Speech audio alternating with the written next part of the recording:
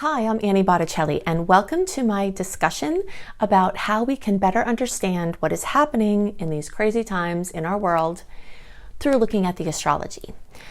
So, we live in a microcosmic reality, which means, or holographic reality, which means that the smaller experience is also the experience of the greater. And this is, you can look at this from a scientific perspective and it's true. You can look at this from the spiritual perspective and it's true because it's all the same thing.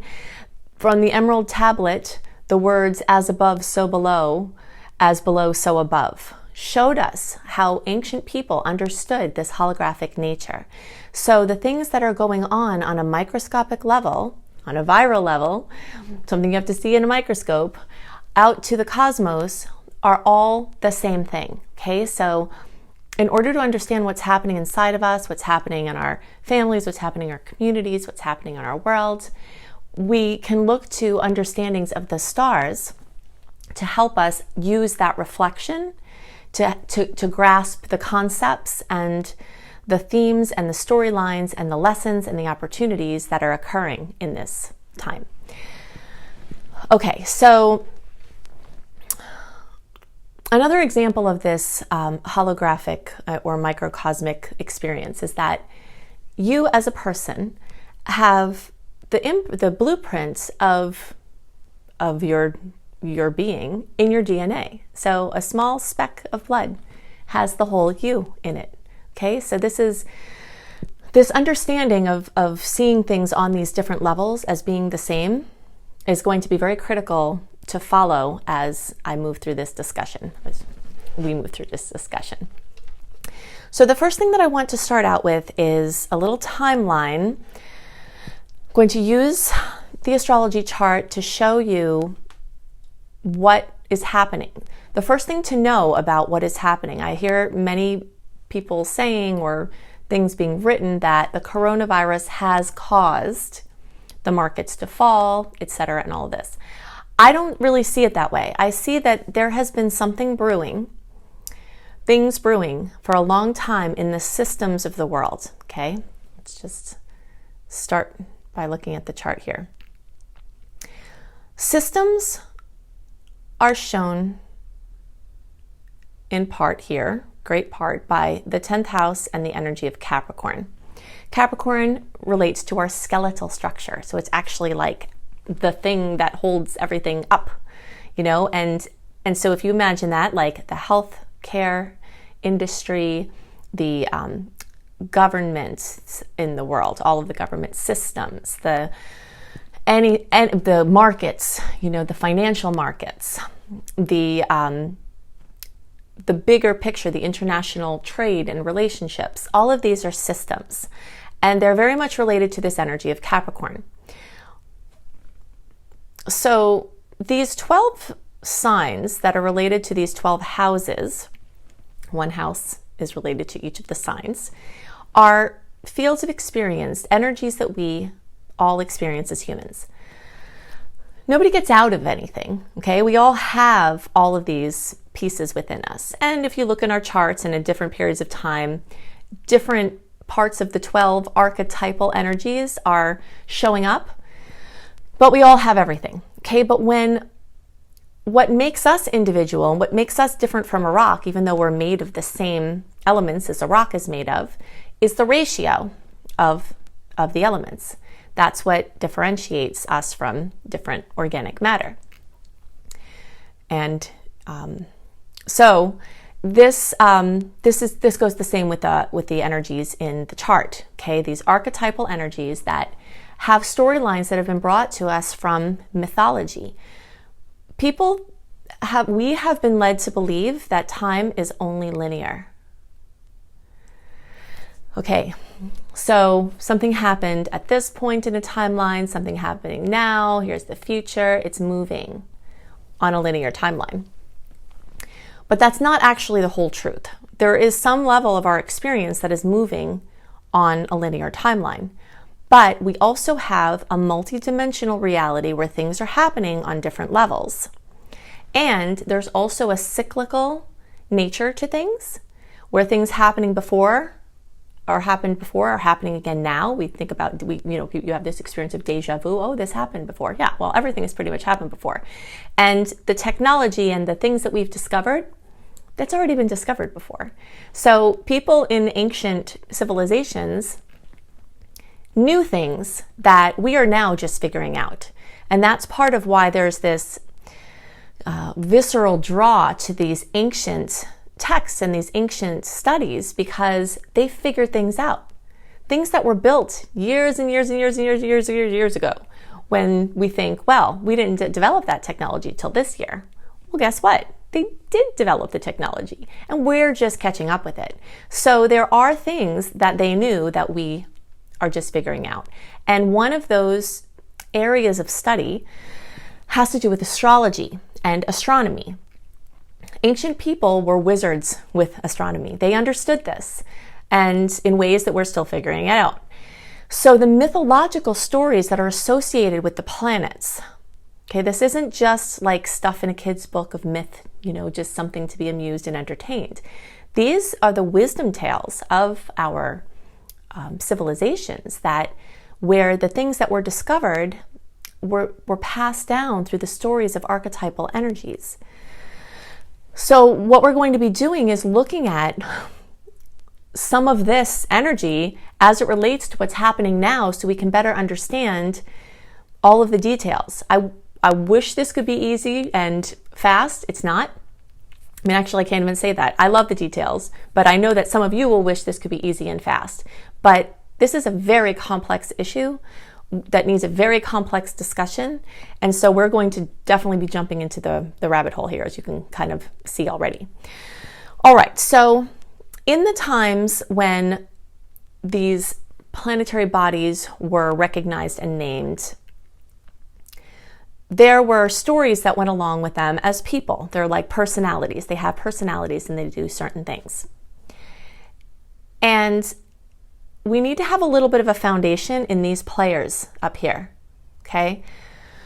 We've got the transiting South Node, all of these in Capricorn. We have Pallas Athena, so star goddess that very rarely gets discussed.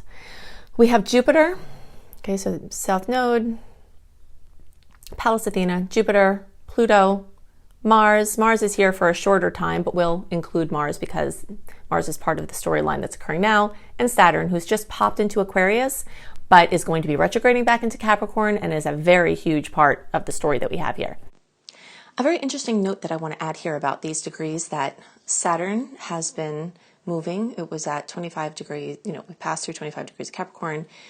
It's now at 1 degree of Aquarius at the time of this recording. Then it's going to go back to 25 degrees of Capricorn. Then it's going to go back to 1 degree of Aquarius, and this is going to take place over all of 2020. The interesting thing about Capricorn, especially in the late degree, anything in a late degree is like the epitome, the ultimate, the penultimate energy of something. And Capricorn relates to tradition, also relates to ancient wisdom. And Aquarius is like the innovation, the technology, the new way, the new thought, so this magical line that we're dancing back and forth between this year is like finding the pearls, finding the balance, finding the best cream of the crop of the traditional ancient wisdom, while blending it with the current and what we're stepping into, technology and focus on the greater good. And so the Capricorn energy is like the systems, and the Aquarius is like the group and the larger picture. So kind of fine-tuning these systems to get with the bigger picture of the greater good is one of the storylines that is moving throughout this year. And it's like the universe is giving us this extra time of teeter-tottering on that delicate high wire of tradition and ancient wisdom versus technology, and finding that beautiful balance. So they all have the energy, with the exception of the nodes, gods and goddesses associated with them. But since the nodes are lunar, there are also lunar goddesses that we could assess there, okay? So these gods and goddesses have these storylines that are associated with them. And understanding these is what we're going to go deeper into. Something before this is just, it's really seriously mind-blowing. In case you ever wonder what me and my husband talk about over tea, this is an example. We were having tea one day, and he knows that I always love, he's really great resource for astronomy, and he knows a lot about astronomy. And so I'll often pick his brain trying to understand astronomy better so that I can see where the astrological and mythical relationships are with the things that we know about astronomy. So he said, Annie, I got to tell you this. You're going to love this, right? And I did. All right. So he said, trying to think of where to put this first. Okay. So hold on. Before I tell you what he said, Jupiter has been known since forever as the great benefic. Okay. I know when I first saw that, and my astrology, the person who became my astrology teacher said it, I was like, what the heck is it? What? What kind of a weird name is that? She said it's the one that is, he blesses us, he protects us. You know, he expands everything. Jupiter amplifies things, and it's a protector. Jupiter is a protector, okay? So I've known this for a very long time. People have known this for a very long time. I'm a Sagittarius. I'm ruled by Jupiter. I have a ton of Sag in my chart. Jupiter is one of my main rulers, okay? But what I didn't know for all this time until more recently was that in the solar system, okay, so we've got the inner planets that are the ones closest to the sun. We have the outer planets that are further away. And then there's this Kuiper belt. And in the Kuiper belt are all kinds of flying, you know, planetoids, planets, meteors, comets, all kinds of stardust out there in various shapes and density. So when the solar system was forming, well, actually, we'll go back to that. So Jupiter, then and now, actually protects us from these projectile pieces of planets and meteoroids. It protects us. I hope you see how exciting this is, and how understand how these myths and how these stories, they make sense, and why we can't just skip over all of this juicy stuff. The reason why Jupiter is called the Great Benefic in astrology is because astronomically, Jupiter protects us. We would have gotten smashed to bits 1,000 million, however many times over, because Jupiter has such a density, a mass, that it attracts anything flying that would be coming towards us. It attracts it into it, and then it hits it. But you know, Jupiter is this big beast. So like these things are pelting it, like bah, bah, bah, big things pelting at little things. And it's like, I'm fine, I'm good, I got this. I can handle this. It's the protector. Okay, so it's important to keep this in mind as we move further into the discussion of what's happening here, because Jupiter amplifies things. It also, it is so big, it's known with kind of excess. And when we go to the timeline, you'll see that the coronavirus started showing up when Jupiter got into Capricorn. So Jupiter comes into a sign, expands the energy of the sign, but what it's doing is it's testing for the strength, the sustainability, and it's also testing for expansion. Jupiter wants to expand, and we can't expand if we don't have a solid foundation. Okay, so this reminds me of kids learning how to play with blocks, right? So when they first figure it out, they put the block on top of the block, they're like, yay, and then whoop, falls down. And sometimes they think that's fun, sometimes it's the parents like it, sometimes it's rattling to the parents' nerves, they're like, keep falling down, right? Why is that block tower falling down? It's because it doesn't have a strong foundation. Okay, so the kid learns that if you want to keep your tower up, the bigger, stronger foundation you have, the taller you can rise. And then this is nice and sturdy, and it's more resilient. So even though it can feel like life is happening to us, like there are negative forces that are working against us. And I'm speaking directly to conspiracy theories. I don't have a judgment on anyone researching conspiracy theories. We all have our role to play in our experience on the planet. I do believe that there's a lot of truth to many conspiracy theories. And all of those things that people are suspecting, they could be happening. They could actually be happening. My work isn't there. My work is in the bigger picture, because in my mind, there is one protective source. And now I'm not talking about Jupiter here. I'm talking about like the one source, like the God, goddess source, like the infinite creator, creatrix. I believe we live in a benevolent universe that is dictated by a benevolent ruler, whoever you want to call that. And so if you think about it that way, it's like we've got this hierarchy of things that are going on. So we're here as these people who feel small and insignificant, that everything's happening to us, which is not really true, but here we are.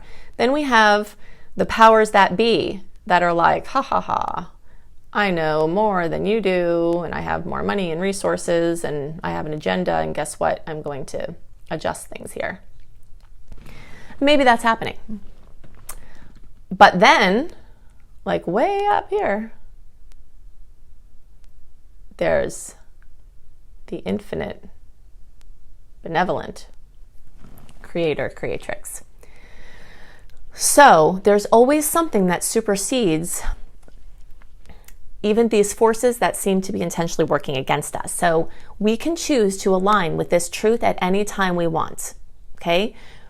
And the way that I put it out there for you to figure out how you want to do this is, how does it make you feel when you think about people knowing things and that you may not, or having access to resources that you don't, and having some kind of conspiracy that's putting you in a situation of being a helpless victim? How does that make you feel? It makes you feel bad. Your stomach hurts, right? Your nerves are rattled, you're paranoid, you're looking over your shoulder, you're stressed out, you lose your connection to that all-knowing truth above all of it. And if you want to play there, you can. But guess what? Anxiety, fear, anger, resentment, all of those feelings set off chemical cascades in the body that depress the immune system and make people more susceptible to viruses and bacteria and any other type of parasitic energy. So each individual has to make their choice. You get to make that choice. What are you going to do with it? Now, I'm not saying don't be aware, don't be prepared, don't have an awareness of what's going on. We have to be aware. We have to be prepared. But we don't have to watch the news all day. We don't have to use our powerful creative forces to align with discussions of doom and gloom. Yes, terrible things are happening. There's no way around that. Everyone is being affected by what's happening with all of everything that's happening, the markets, the illness, the jobs, the money, everything. And many people have died and many people will die. And it is no joking, laughing matter. And it is it's not easy to stay uplifted when you are not knowing where you're going to get food from, and where all of this has brought you back into the survival mentality. But again, when you are in survival mode, your amygdala basically, it's the fight or flight center. It hijacks your higher knowing and your higher reason. It hijacks the prefrontal cortex. Okay, so fight or flight or freeze, that happens when you're terrified, puts your body actually into a space where your prefrontal cortex that has this intuition, your third eye, your connection to the spirit, to the greater source, to the knowing, to the calm, to the trust, to the faith, that actually gets literally shut down in your body. This is anatomical, it's an anatomical truth. And then you don't have access to the solutions, you don't have access to the peace, and you don't have access to the higher reasoning that can get can make the most of the situation. Okay, so this is one of the reasons why I'm such an advocate for EFT, the emotional freedom technique. You can search for EFT. You will find tons of free resources. I have some when people sign up for my free newsletter. I have a whole 28-day EFT tapping course that I give away for free. And you can find a ton of stuff on the internet about this. But what EFT does, it's not just this metaphysical thing that, you tap, it looks weird when you do it, but what it does, now it's been scientifically proven, it actually helps to stop that cascade of the negative chemical flow in your body, and helps you to reconnect. It basically stops the fight, flight, or freeze. It lowers the anxiety levels, it lowers the cortisol response, and it helps you to get back to that place where you're focusing on the solution and not the problem. Okay, so I'm going to be talking a lot about positive ways to use these potentials, positive things that can come from this, and this is in no way to diminish the challenges and the difficulties, but I don't need to speak too much about those except in reference to what we're talking about, because you have enough of that. You can look at any moment in any place about how awful this is, how awful it could be, what's happening, what people are experiencing. And why is that? Because everybody has this situation with their amygdala, right? Your prefrontal cortex, and you can even learn to recognize this within yourself. Now I say this to myself, like, wow, looks like I'm nervous. Looks like my prefrontal cortex is shut down. I'm not going to be able to think of anything resourceful from this space. Better get that anxiety down and use a tool like EFT, which is completely free, to get back into that space where you're hearing spirit speaking louder than all of this other mischief. Okay, so that's one of the goals that we're trying to find here, or trying to get to. And that is the possibility, So could you imagine if everyone in the world did EFT tapping, rescued their body systems from the cascade of inflammatory chemicals that made people sad and anxious and shut down their capacity to get themselves out of that state? Could you imagine if everybody did that? The types of genius that could come. And that's one of the other things to know about this time, is that necessity is the mother of invention. People, small business owners, are in a lot of trouble. Some of them are going to get help from governments. Some of them, some things are going to work out for the small business owner. But small business owners have something going for them besides a bailout. They have the entrepreneurial line of thinking that caused them to create their business to begin with.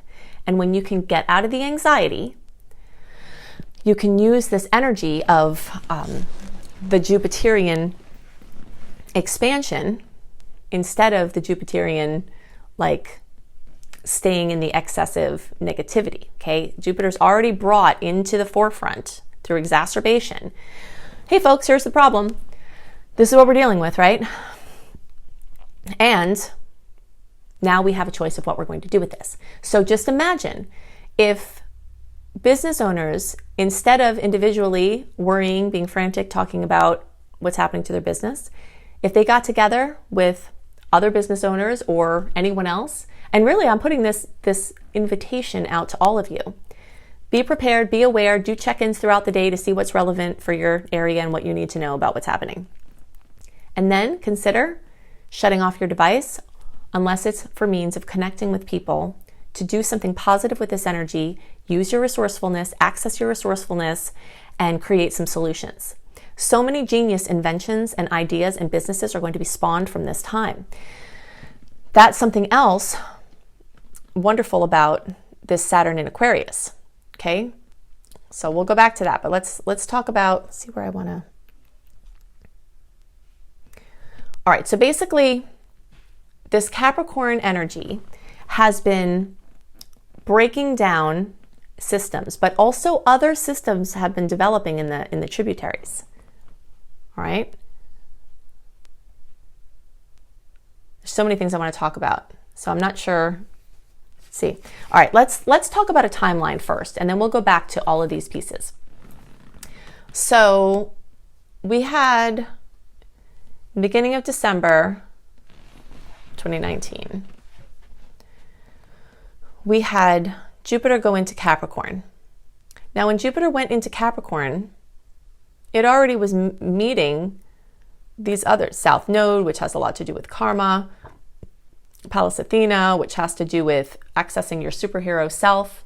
Pallas Athena is one of probably my favorite mythological energy, because she is like a multi goddess. She has so many different divisions. If you study what she was involved with, she created weaving. She created, well, actually the olive tree, which, was, and that's how she became the patron name goddess of Athens, was because she brought the olive tree. So there was a competition and she won the competition because, but anyway, the point is there's a lot of fun things to talk about there, but the resourcefulness, she's very resourceful and she specifically rules industry and putting people to work in areas where it's needed and in ways that they can use their gifts. Okay, so Pallas Athena has been here working through this energy of Capricorn. Pluto's been here since 2008. When Pluto went, actually we'd have to backtrack in this timeline, 2008, when Pluto went into Capricorn, we had the market breakdown, right? You remember everything that happened in 2008, right? So that was Pluto saying, hey everybody, I'm here and I'm going to blow up and rebuild and transform and rise from the ashes, a higher version of the systems of the world. And so this undercurrent has been in process. That's why I was saying that the coronavirus is not what happened here. The coronavirus is the mouthpiece of this storm that has been building for so long. And we're going to get to the virus. Virus discussion is a whole other crazy discussion, but this is the background for understanding the viruses. Okay, so then Saturn got there December 2017. Okay, so that December 2017. So you can see there's just been this building of these energies in Capricorn over time. Then Jupiter gets there. And Jupiter's like, hey, we're going to bring everything out into the open. We're going to discuss things. If you ever know a Sagittarius, I'm a Sagittarius, we talk a lot. We want to get things out in the open. We'd rather over-communicate than under-communicate. Why? Because that is how Jupiter is, and that is our ruler. That's how I am, right? As you notice. So that's what Jupiter brought to the table. Jupiter's like, all right, we're going to make things worse. We're going to show this picture. And one of the things that Jupiter, a blessing that Jupiter brought with this, is the discussion of viruses. Okay, viruses have been part of our existence for as long as we know, really. Viruses have been around. Most viruses are actually beneficial. Most viruses in nature, they are part of an evolutionary process, and most of them are beneficial. But there are some that are not beneficial. And those mischief makers actually are now more and more being shown scientifically to be root causes or antagonistic components for many cancers and autoimmune disease. The epidemic of autoimmune disease that has been getting worse and worse every year, there are associations with viruses. And I know that there are some people that disagree with that, but I've personally seen that treating a virus can make the autoimmune symptoms go away. Okay, so I'm actually creating a whole class. I had planned on creating this course, but I'm not ready for the whole course to come out because this kind of got sprung on me where Spirit's like, guess what? You're talking about this virus thing and you're making the class now. And I'm like, So if you go to LumeLife, L-U-M-E life.com, or search for Luminous Life Multiversity, or you can look in the notes underneath this video, you can register for my free class called Claiming Victory Over Viruses. And that's going to talk about a lot more detail about the things I'm going to be touching on here with viruses to help people understand just how much a problem these viruses have been. So we think, wow, viruses are a problem because now the coronavirus. No, people are dying from cancers from viral components. People are dying from autoimmune diseases and losing their capacities in their life to these viruses. So the issue of working with viruses is really, really, really important for understanding the evolution of humans. So I'm actually going to pause this, this timeline here, and we'll get back to this because it just seems like the virus discussion is coming in now. So I'm going to talk a little bit more about this. So that holographic reality thing that we talked about, this has, this is really relevant when it comes to the earth and our relationship with the earth. Okay, so we're on the earth, kind of visitors here, right? And we are actually a virus to the earth, for better and worse. But we are a part of the earth's evolution that cannot be separated. We can't separate our evolution from the earth's evolution. We're evolving together, and we can be beneficial for the earth's evolution, but in many ways we're not being beneficial to the earth's evolution. We're working against the natural cycles, the natural rhythms, the natural cleansing of, of the waters, of the systems of the earth, right? We see the earth has been in a systems breakdown for a long time as well. That is the holographic visual of what we are doing and what we're doing in our bodies as well. People don't take care of themselves. How we treat ourselves is not sustainable. How we work is not sustainable. How we, are in the world, our relationships are not sustainable. Then you look at life, buildings, our schedules, everything is not sustainable. And so you look around on the earth and you see, wow, what we're doing is not sustainable. And so in comes a virus to show us the holographic nature of what's going on. And this is something interesting, again, about the energy of Capricorn. The energy of Capricorn has to do with accountability and holding people and things accountable. It's a karmic energy as well. So people don't like it when something comes from outside and makes them do something they don't want to do. Or, an authority figure, you get a speeding ticket or something. People don't like it, and then they want to say bad things about whoever was doing that, right? But the truth of the matter is that if people were accountable and regulated themselves, then there wouldn't have to be regulatory forces out in the universe coming in these different forms of these different messengers to regulate them. So human behavior going unregulated creates situations where something from outside has to cause them to put them in check.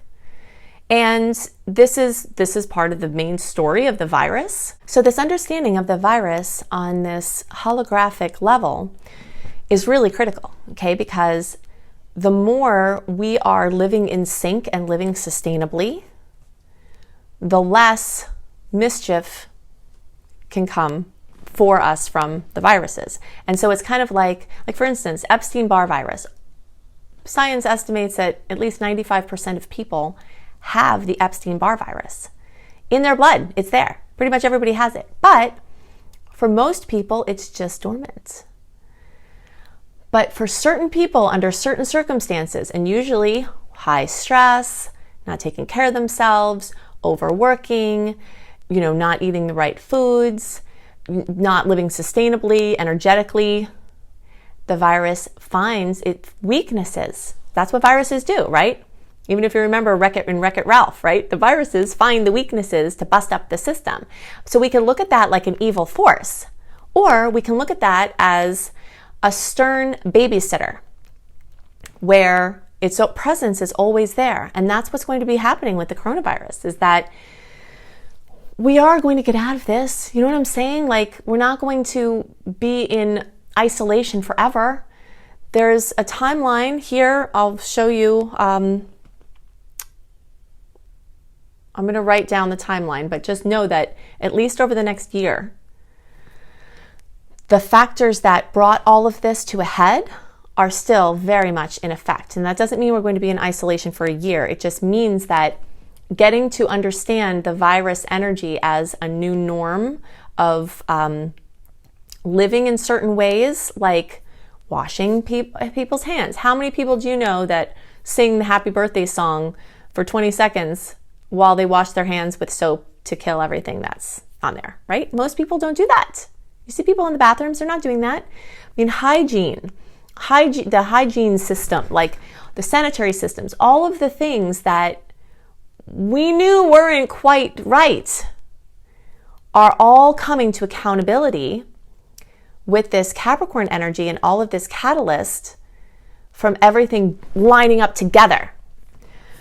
So we've had situations like with smallpox, for instance. It's estimated that at least 300 million people died just in the 20th century from smallpox, and they estimate maybe a 200 million more in many years, many thousands of years before that.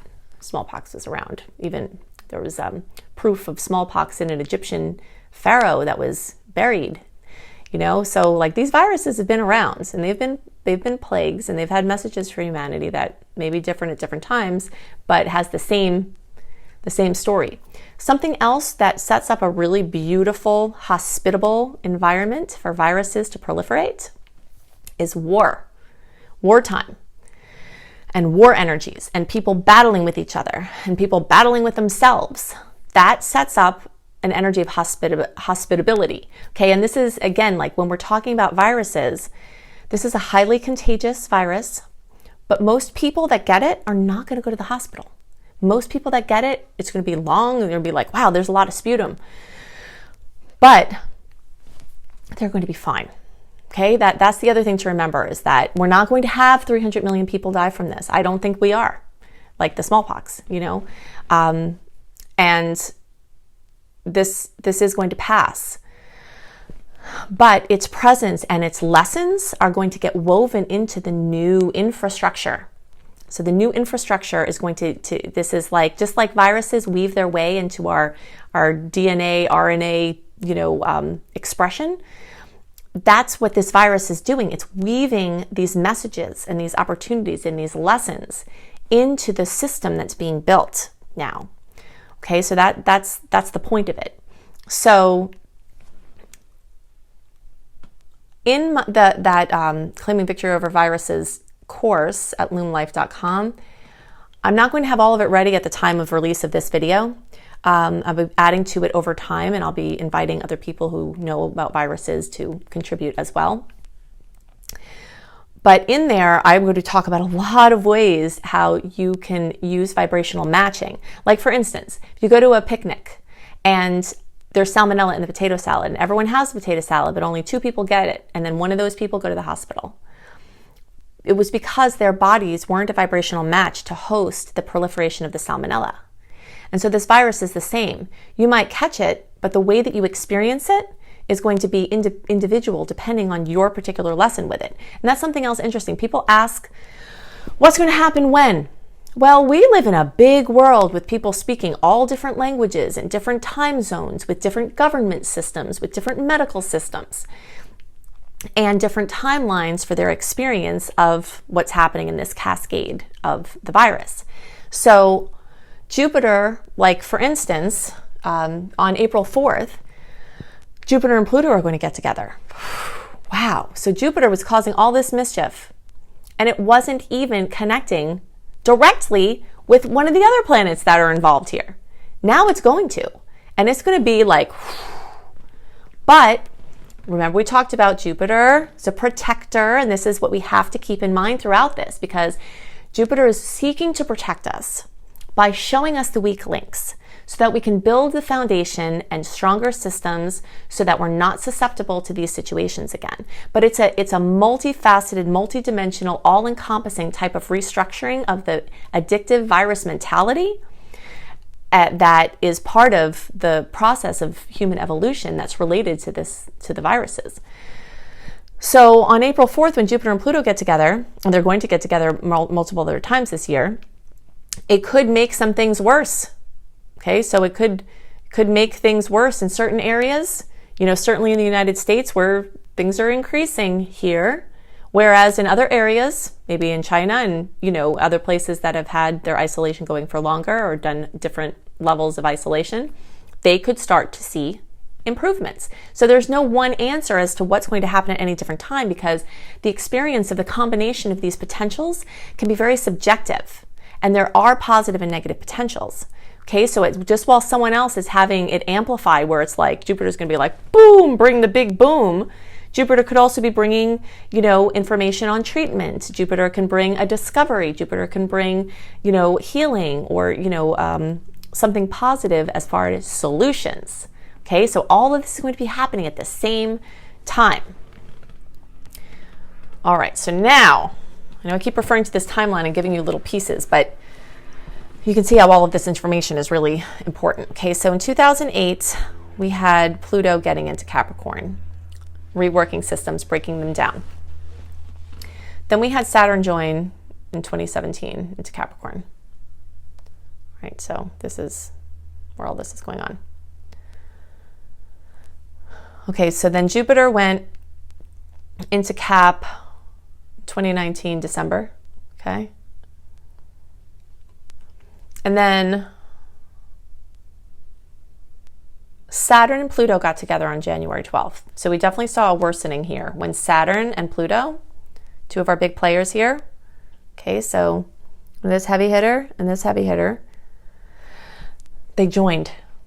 Okay, first they were speaking the same language. They're like, yeah, we got to do something about this thing. Yeah, we got to do something about this thing. And then they got a meeting and they're like, now we really have to do something about this thing.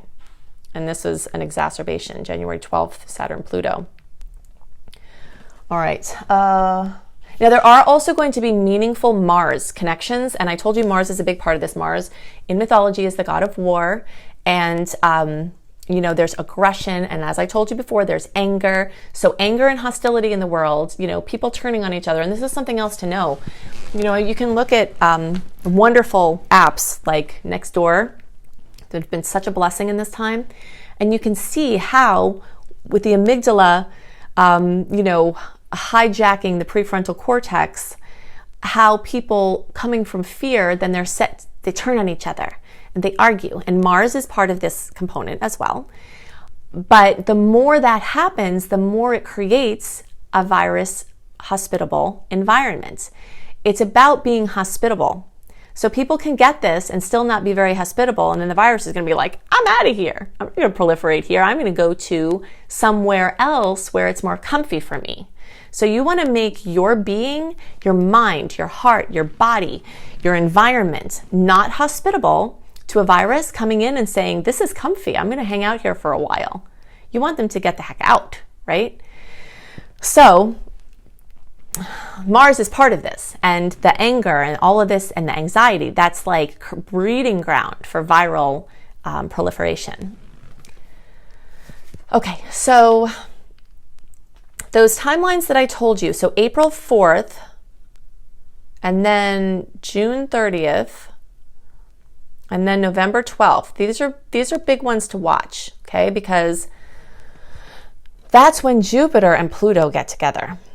So this is what I was talking about with, like, the big story of this virus is very likely going to be at least a year based on the factors astrologically that are going on. That doesn't mean that you're going to be in quarantine in your house for a year. I don't think that that's what's going to happen. We might have ebbs and flows where we can come out a little bit or go in a little bit. You know, we're still waiting to see if this virus is like the influenza, where it tends to come in the winter and then kind of like die out in the summer. You know, it's possible that that could happen. And so there could be this big boom here again in, you know, April 4th. And then maybe in June, there's a lightening of it and Jupiter is bringing solutions. Or maybe there's another boom or another wave somewhere else. You know, it's hard to tell. I don't know how this is going to go. I'm giving you the pieces so that you can understand what's going on. And again, like how it goes is going to be different in different countries and for different individuals. Because you have to remember, something else really important to remember, is that the markets, the money, the finances, all of these situations, people are having very different experiences of what is going on. There are people who have their house stocked with toilet paper just because that's what they do. Now they're not even worried about it. They've already had food stocked up. They're not even worried about it. They don't have anywhere they have to go. They're not even worried about it. They have money. And although the market, you know, has crashed, we have to remember that even though it had the biggest point drop, it was nowhere near the biggest percentage drop that we've seen in markets. Okay, so people can get a little confused about that. Because the market has been at higher point-wise than ever, of course, when it falls, it has more points it can fall. But percentage-wise, the way that it has dropped is not what we've seen in the past. So just kind of remember that. And the market is very emotional. It's very psychological. And certain stocks are going to soar because their industries are going to be propelled by this, and certain stocks are not.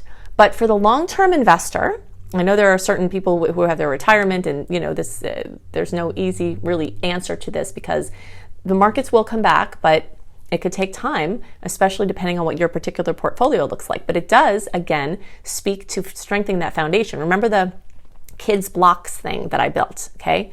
When we had that strand, like in my mind, and from what, like when I was, I was so small, I don't even remember it. And I know I was reading the Wall Street Journal when I was like 8 or 9, because my stepdad that raised me taught me all of this stuff. And then some point not far after, I started reading Warren Buffett books, and he always talks about diversification. Okay, and he's not the only one, but that's how it really first was coming to me. So people who have real estate, who also have stocks, who also have investments in different areas, this is also speaking to strengthening that investment portfolio and that investment profile, because if you just have it in stocks and the market crashes and you don't have time to make it up, then we're learning the lesson of, was that sustainable? Was that, that's big question that's being tested. And actually something cool to remember about Capricorn is that it's one of the seventh generation signs. Okay, so seventh generation is this native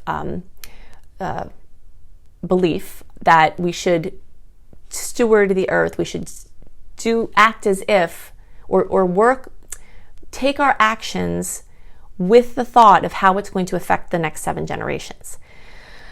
And certainly this is one of the lessons that are happening here, because fly-by-night things that go viral, okay, for instance, like we use this term, fad things that go viral, things that are not based in any substance, that people are investing time and money and energy into. This is like the accountability police that's coming through and saying, I guess you need to put eggs in different baskets, right? Also reminds me of the little red hen, where she's like doing all this work, and then there's this bread, and she's like, well, what did you guys do? Well, if you're living sustainably, then when difficult times come, it's a little bit easier to have a cushion. And so we're learning all of this. Okay, so this is very relevant. And then Jupiter and Saturn are going to get together. Okay, so here's another player here, because Saturn's going to go back into Capricorn, and then go back into Aquarius, and then Jupiter and Saturn, that only happens every 20 years, okay? And this thing with Saturn and Pluto, that only happens like every 34 years. So we can see the coming together of a perfect storm, something that happens very rarely, and then like everything just condensed into this time. This is the time where this is happening. And the coronavirus is just a messenger or a mouthpiece for it. So Jupiter and Saturn on 12/21. Now these dates might hold some exactitude, meaning something relevant could happen on the dates. But remember, these are orbs of energy that flow into one another. And so things leading up to that time could be completely related to one of the aspects, even if it's not on the exact day. You can feel it brewing. I always talk about this like a boiling pot. It's not just one day or 1 second, you turn it on, the pot's boiling, right? Even with those electric ones that do it really fast. There's that time of building up, and then there's a time when you take it off the heat and the bubbles are going down and getting where it's not hot anymore. So all of these dates have this like curve. But for the ones like the Jupiter-Pluto, we never really get very far away from it. So it's kind of like a constant the whole time. Okay. So Jupiter in Capricorn is telling us stories about trimming down waste, getting super efficient, getting better systems, building strong foundations. Saturn is also telling the same story. Saturn is a very big foundation builder. Now, Jupiter will test these foundations, and Saturn is very much involved with building the foundations. So if you ever watch a house or like some kind of building going up, and they're messing around under the ground, and you're like, are they ever going to build the building already, right? You pass by and you're like, nope, they're never building the building. Nope, they're never building the building. And then one day, you weren't there for one day, and all of a sudden the building is like 20 stories high. Because once you build the foundation, it takes a while to build a foundation.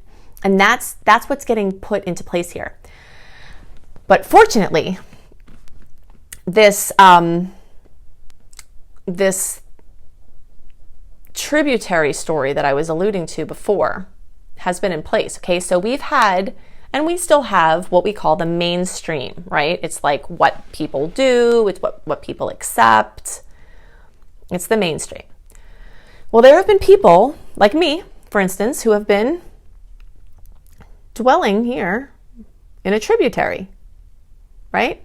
Close to the mainstream. I hop in, I go to the store, I come out, and the way that I am living and my daily schedule is not really like what goes on in the mainstream.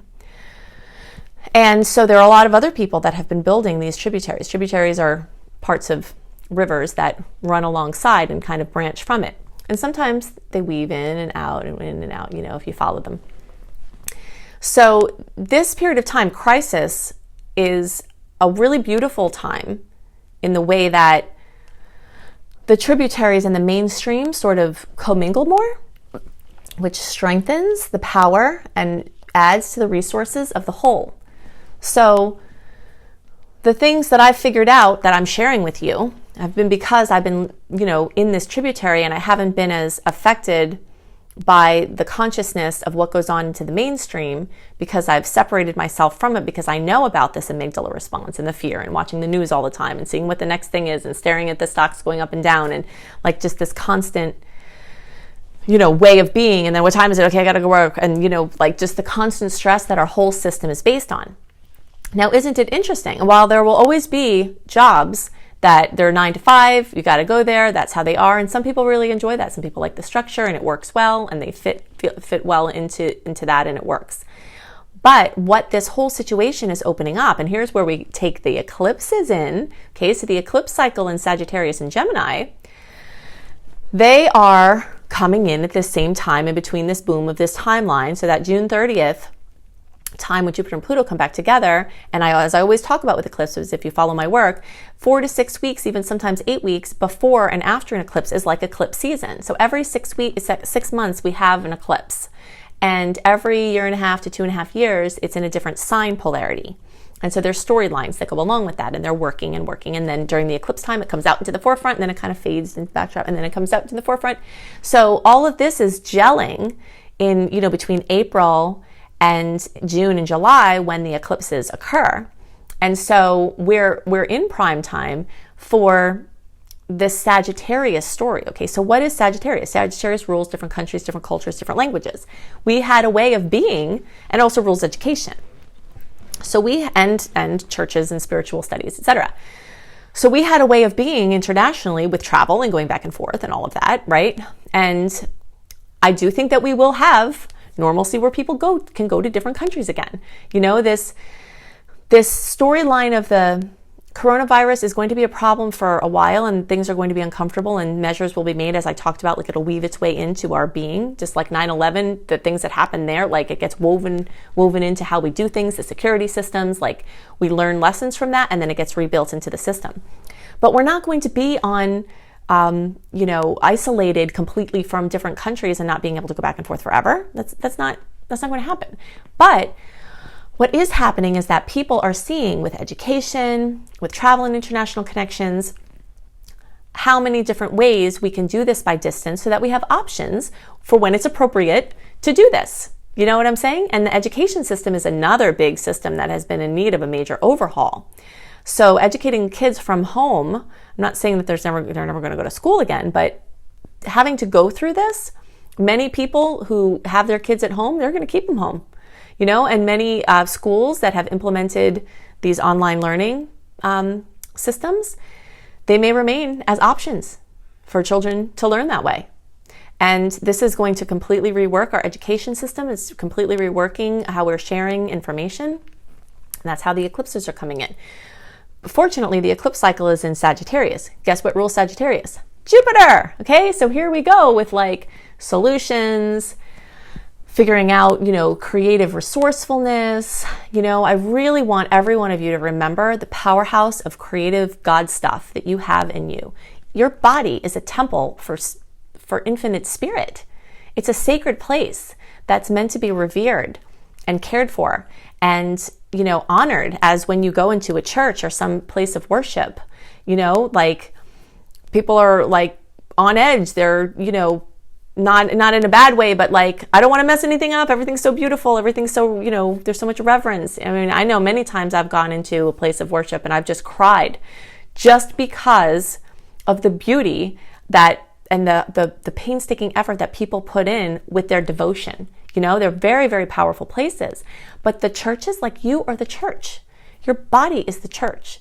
Your connection to spirit is in here. Your personal connection to spirit is in here. And you can also convene, and there is power in groups, and there's power in the stories that get passed over through the teachings in religion. And so I'm definitely not diminishing any of that, but just know that your sacred body temple, the more sustainable each person lives in honoring and revering that temple, the more we will be honoring and revering the earth temple and our relationships with other people.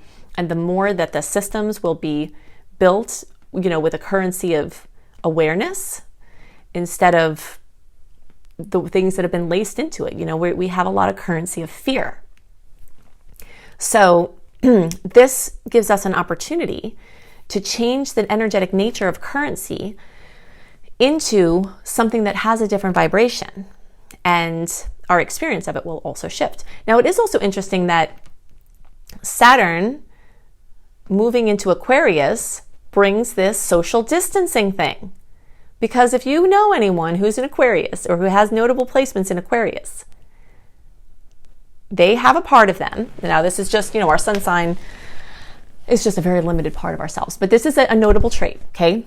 Aquarius energy can be very aloof, okay? If you know someone has Aquarius, you might you don't know where you're coming from, if they like you, if they don't like you, they're contained in their self-sufficient bubble where they're like, I love you over there, I love you very much over there. There's a mental rapport, there's an understanding, and they're like, okay, I don't need you to hug all on me and everything, but I love you over there, right? There's this energy of honoring the auric field and spatial, the space around the body. Proxemics is the study of social spatial relationships. And it is a study, of how different cultures hold their space. And I grew up in New York City, so we didn't have any space, and that's part of why there's a problem there, is because the auric field, and this is just going to show you here with Saturn in Aquarius. Saturn, another builder of systems, is adding this energy of social distancing. And also, it kind of also reminds me of if your parents made you hug your creepy uncle, and if you didn't hug them, then it reflected bad on them. So they're like, I know, you don't like it, but you need to hug your creepy uncle because that's what we say you need to do, right? And so we learn as children through various punishment methods. We learn that our body is not our own, and that where there's a disconnect from the body. So this is something else that's being reworked here with this understanding of the body as sacred space and honoring it as sacred space and extending that sacred space honoring out. So in New York, our buildings, the house that I lived in was, it was a house. It wasn't an apartment. We had one big building on the street and all of them were connected. And our yard was right by the other person's yard. And our porch was right by the other person's porch. And, that's how it is there. And I grew up with it. Everyone in New York and other big cities will understand this, but that is not always really great for our auric field. Okay, so the auric field is now a scientific truth. It's not a metaphysical belief. And this is something that spiritual people have known for thousands of years. They've drawn pictures of the aura and the crown chakra, and there is an auric field around us that the technology just hadn't caught up with measuring the sensitive space. But we do have an electromagnetic field around us. We take in information, we put out information, it's our interface with the world. And so Saturn moving into Aquarius with all of these other things going on is teaching us about how the interactions in our auric field, how we need to own that space more and take it for our own. And empaths, if you're an empath, a highly sensitive, a person who, has extra gifts, extrasensory gifts, but then also gets debilitated by other people's energies. You're in your heyday right now, right? I know I'm an empath, and although I'm not, there are things I'd like to go do. I'm so sensitive. I avoid crowds when I can, because I'm so aware of the auric mixing of the fields, and I like to connect with people, and I like to have that conscious exchange. But then as soon as I do, I go drain my energy field because I can see all the energy there. Like, oh wait, that's that person who I passed by in the store. Like, that's not mine. Get that out of here. So I feel like we have this beautiful opportunity to have more awareness of our spatial relationships with each other, and that can bring about amazing shifts in our personal dynamics. Because if we were able to honor our personal space more, and if we were able to honor ourselves when we were sick, like this whole sick thing, like how many times have you seen a boogery kid like wiping their hands and stuff, putting their hands up on the grocery thing, and like, and I totally understand. I'm a parent, and I know that, this is just what goes on, but the level of understanding about what we're interacting with and how we honor the space that we're interacting with our shared space, people going to work sick, people going to kids' events sick, spreading things like crazy, that consciousness, the virus consciousness, we're coming into this awareness, which is going to change things in many positive ways from the challenges that we're having from it. So, this ownership of our fields and our spatial relationships, and like trying to move through social niceties, like if somebody's coughing and they're talking to you, that's becoming taboo now. Like if anybody coughs at all because they have a tickle in their throat and it's not because they have the coronavirus, everyone is like, ah, get away from me. And this idea of protection of your body and your field and your space and not wanting to be hospitable to viruses, and also other people's awareness of them going and spreading that, and employers understanding that if people are sick where they're going to spread germs, they can't go to work. And maybe they have, certain of them are not going to have an option to work from home. Of course, not all industries are like that. But the creative resourcefulness of humans is just going to be magnificent to watch. It's going to be very exciting. And I definitely call out to you, invite you to, if you use your resourcefulness, do what you can to tap down, do EFT tapping, tap down the fear and keep that flow going. And you'll have a very fresh ground for implementing things that will help people, and use your ingenuity to build the next industries. So something else really fun. This was in that same conversation I told you about when my husband and I were having tea, and he's like, Annie, you're going to love this, right? Okay, so we talked about how Jupiter protects us from all these flying objects that could smash us from the Kuiper field, okay? Or Kuiper belts, rather. Well, Saturn, okay, this is interesting. Okay, so Saturn is all about, Jupiter is all about excess and expansion and freedom and wanting to do everything that they want to do, right? Saturn is right there next to Jupiter. And what does Saturn represent? Rules, regulations, restrictions, guidelines, authority, accountability, discipline. It's like the counterbalance for it. So we've known this. Like I've known, people who know this about the energies of the planets, we've known that there's a relationship here between Jupiter and Saturn where they kind of keep each other in check. So Jupiter is like telling Saturn, don't be such a bummer, like loosen up a little bit, right? And Saturn's saying, well, if you don't prepare for the future because you're flouncing around and you don't have any discipline, then, and guess what? They're both right. They're both right. So the really fun part is about the gravitational relationship between Saturn and Jupiter is such that when the solar system was forming, Jupiter would have gone flying in and possibly just took all of us with it. But it was the relationship with Saturn's gravitational field that held it back. It's just too perfect, isn't it? But that's where it comes from. That's why I started out this long discussion about how the mythology and the wisdom from the past is directly relevant to the understanding of the astrological components, which is directly related to the understanding of the evolution of human consciousness. So yeah, so Saturn is there saying, get your butt in gear, get your butt in line, let's, clean up your room. and Jupiter is there as the other force there saying, you don't have to be so grouchy, you don't have to be, everything's not a bummer, there is hope, there is inspiration, there are positive options, and so we have all of that. Also part of the whole equation is the planet Uranus in Taurus. So you notice that all of this activity has been occurring in Capricorn. It's an earth sign, it's our material reality. And Uranus is the great earth shaker, it's the lightning strike, it's the jostler, it's the, a major mischief maker, things from out of the blue. When Uranus has, went into Taurus, it popped in, then it went retrograde, then it went in again. It brought with it a series of volcanic eruptions that have since, not been quelled.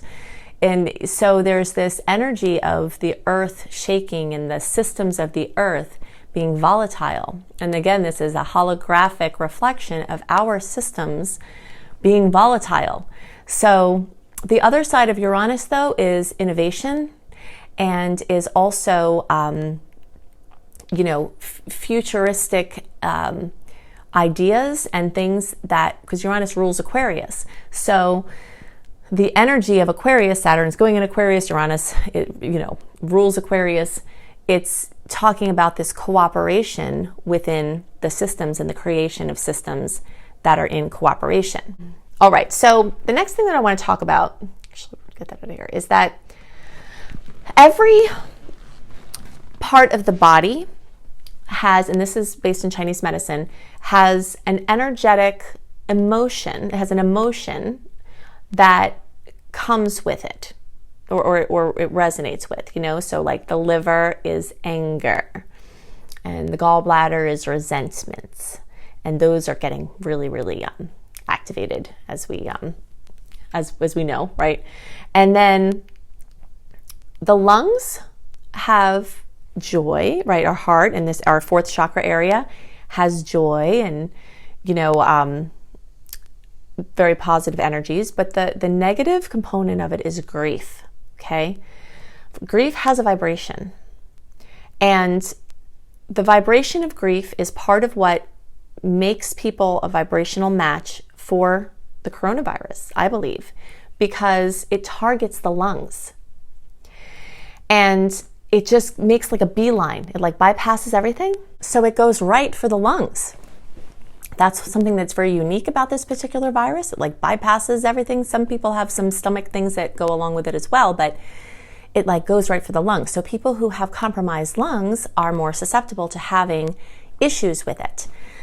And older people are and other, compromised immune systems and people with issues with their lungs are having the most problems from what I have seen. And part of why, and this is my own personal hypothesis, but basically anything that makes the vibration of the lungs a hospitable host to the virus, we talked about this, right, is going to make it be nice and comfy there. So as we get older, we pull less of what's something that's called ubiquinone, coenzyme Q10, basically from food. So like 40 and after, we're not really absorbing coenzyme Q10. And coenzyme Q10 is also called ubiquinone because it's ubiquitous in the body. Ubiquitous means everywhere, especially at the same time. That was the dictionary meaning I remember studying when I was very young. Okay, so it's ubiquitous in the body. And it's needed for all of the energetic transfers, like the transfers of energy at the mitochondrial level, needs the coenzyme Q10. So without the coenzyme Q10, things start to break down. And that's part of why some people believe, I believe, that the heart, the lungs, the vision start to break down after that age, because even though the coenzyme Q10 is ubiquitous in the body, it's concentrated in higher amounts in those places, the heart, the lungs, the eyes. And so without having that presence there, the interactions electrically and, energetically between these, the functions that have to occur are compromised, which leads to the breakdown, which leads to the vulnerability. So I'm not necessarily saying go out and supplement coenzyme Q10 per se. There is a learning curve to understand about what's more absorbable. You have to check with your doctor to see if it's appropriate for you, but I'm just saying that part of what makes a vibrational matching is that something that's needed for proper connection between the air transference where we get our oxygen in the lungs, and that's what happens. It's like it seals that section where people can't breathe. So, in this goopy slime, mucus. So grief is something else that makes the vibration of the lungs really hospitable to viruses. And actually, I will also share with you that I have reason to believe that I had the coronavirus in January. I won't know until I can get an antibody test, but oh my gosh, was it ever weird. And I kept thinking, gosh, I know I'm going to get through this. I didn't know that was it at the time, but I kept thinking gosh, I'm really glad I don't have issues with my lungs. That would be really hard on a person with issues in their lungs. And it just the sputum just lasted for weeks and weeks, and I just never seen anything like it. And I had been heavily grieving the loss of somebody really close to me in the weeks before from the last eclipse cycle.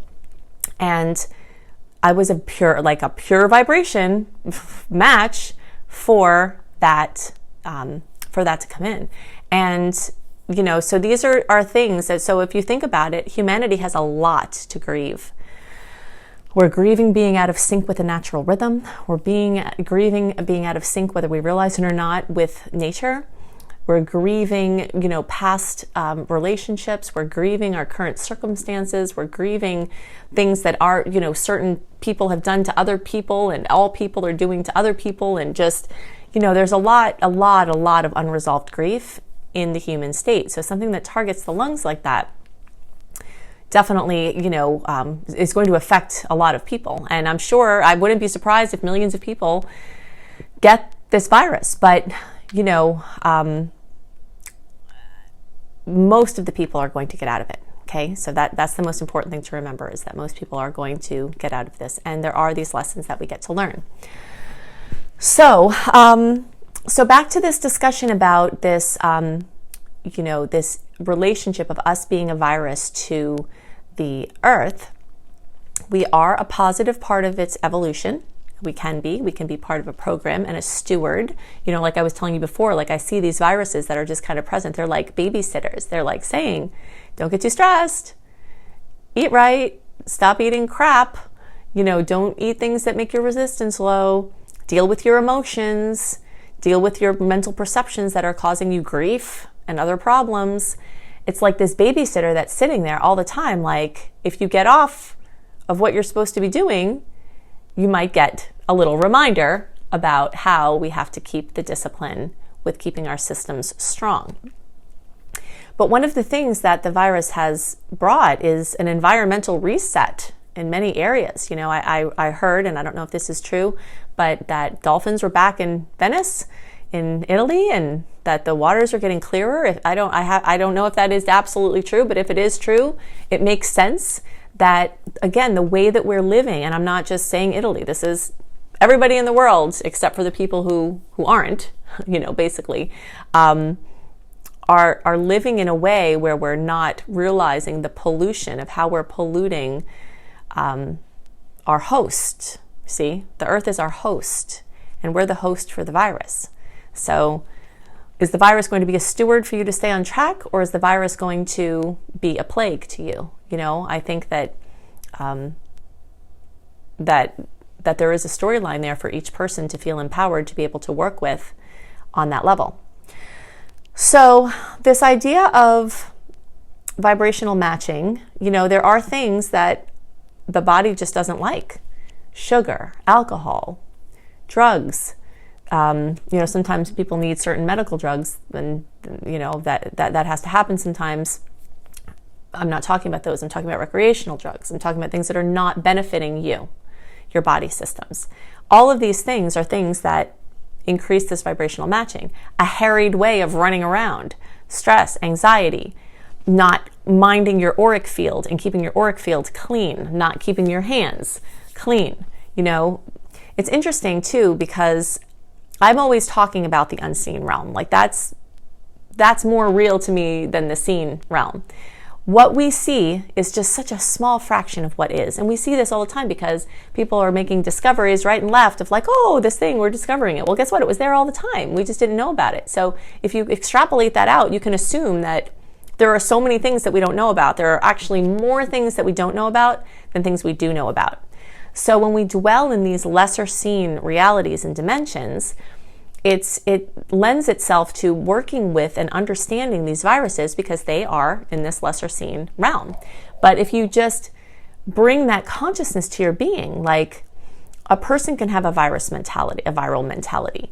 You know, they can have a parasitic energy. And we can do this as well. There's an addictive nature to this energy. There are just things that, you know, going out sick. And another thing about the virus mentality is this like needing to know everything. You know what I'm saying? There's like this running of the hamster wheel that's very consistent with like this vibration that a virus likes. So it's important to ask questions and to look for answers and to seek the wisdom that will help us. And at the same time, our own intuition and our own connection with spirit, I think, is one of the most important things to foster through this, because that's going to tell us to not eat the potato salad, right? That's going to tell us, don't go to this place. That's going to tell us, like, remember to get this certain supplement that will help your body system keep strong. And maybe you forgot about it and then spirit reminds you through your intuition, you know.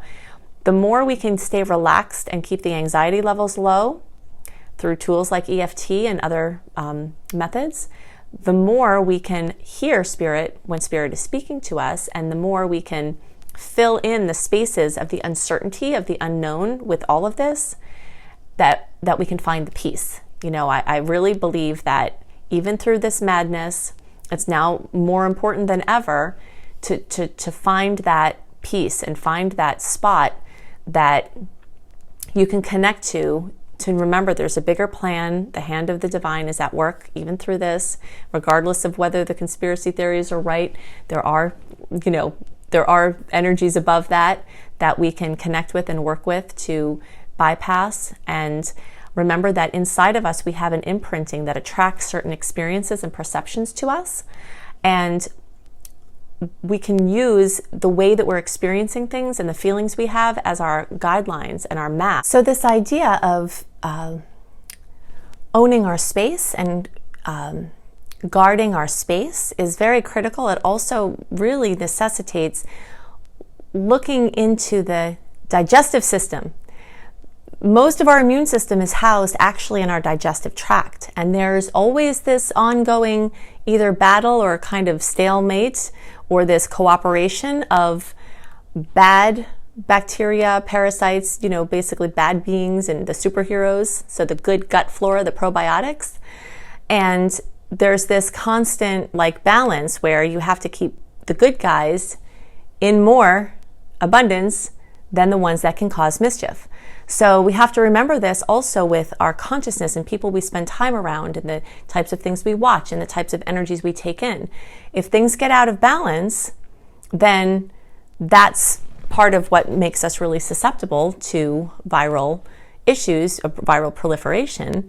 So, you know, anywhere where you can look at this hologram of like the battle being fought in your intestines, the battle being fought in your mind, the battle being fought in your heart, the battle being fought in your home, in your neighborhood, you know, like coming to a truce and a mutual cooperation for the greater good is going to be part of the blessing that has been brought in, and that also means, you know, living in sync with the earth and the natural rhythms. So I hope you feel inspired to look for ways that we can create sustainable systems, starting with ourselves individually and spreading out into the home, the community, the world, so that we can be a beneficial virus on our host earth and that we can attract the energy of beneficial viral interactions for our own experience and work with viruses in a positive way. Take their lessons of their babysitting to keep us on track and keep us disciplined and keeping our field not hospitable to the proliferation that would get things out of balance and go in a negative way. There's a saying that the only difference between medicine and poison is dosage, and this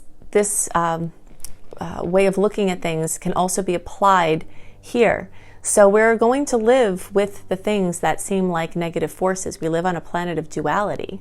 You know, the Earth is a dual plane of polarized experience. And I believe that as spiritual seekers, we can transcend the polarity while still being in form. And the way that we do that is to see how we can use the forces that seem to be working against us and have them work for us.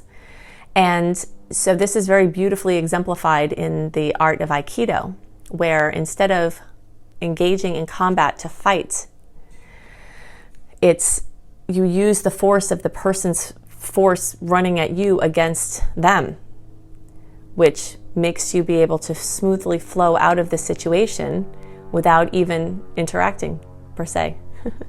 So the more you can take this message of how this can apply into the many small and big situations in life, then we can use our creative resourcefulness together to stop being the problem and start being the solution.